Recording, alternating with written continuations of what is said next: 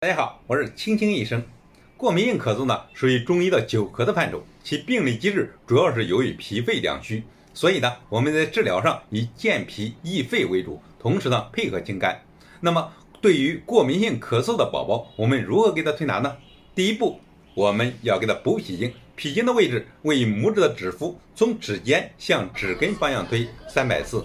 第二步，要给他补肺经。肺经的位置呢，在无名指的指腹，从指尖向指根方向推300次。第三步要清肝经，肝经呢位于食指的指腹，从指根向指尖方向推150次。第四步要掐揉小横纹，小横纹呢位于这个掌指关节，食指、中指、无名指和小指进行先掐，然后呢再揉，做8到10次。第五步给揉掌小横纹，掌小横纹呢位于掌面小指横纹下这个位置叫做掌小横纹。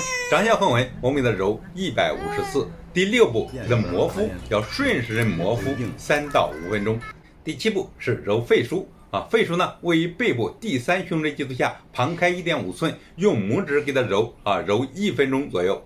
第八步也就是捏脊疗法捏脊呢就是从下往上捏脊，捏9遍。上述的这些方法呢，每日做1到2次，要坚持做15到20次。